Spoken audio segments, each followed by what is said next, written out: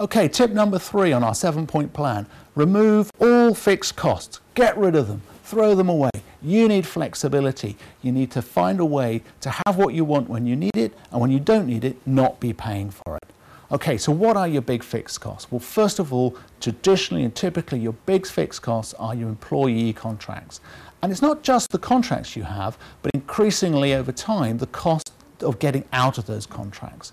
So for instance, if you took most major UK, American or European companies, you would find that if they had to make all their people redundant tomorrow and meet their pension liabilities, the business would be bankrupt.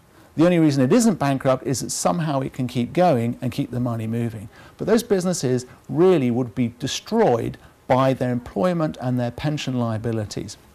You don't need to create this anymore. So you need to find a different way to engage with freelancers and contractors on an agency or a project basis that allow you to get what you need when you need it, and when you don't need it, you can stop. The second thing to say is that you need to end all the long-term contracts you have. Don't think of your office rent as a monthly cost. Add up what it would cost you to pay the rent until the end of your term. So if you're paying £1,000 a month and you're signed up for 2 years, that's £24,000. That's your commitment. You can get rid of that, you can renegotiate those office contracts, and if you can't, move into space that allows you to take the contract on a month-by-month basis.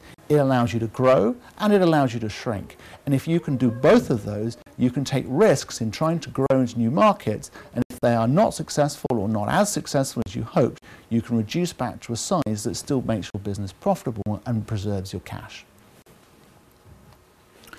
The third point is to outsource IT and all development. The quality of the IT services available are extremely high. You don't need to go miles from home. You can do this locally, therefore you can still keep control.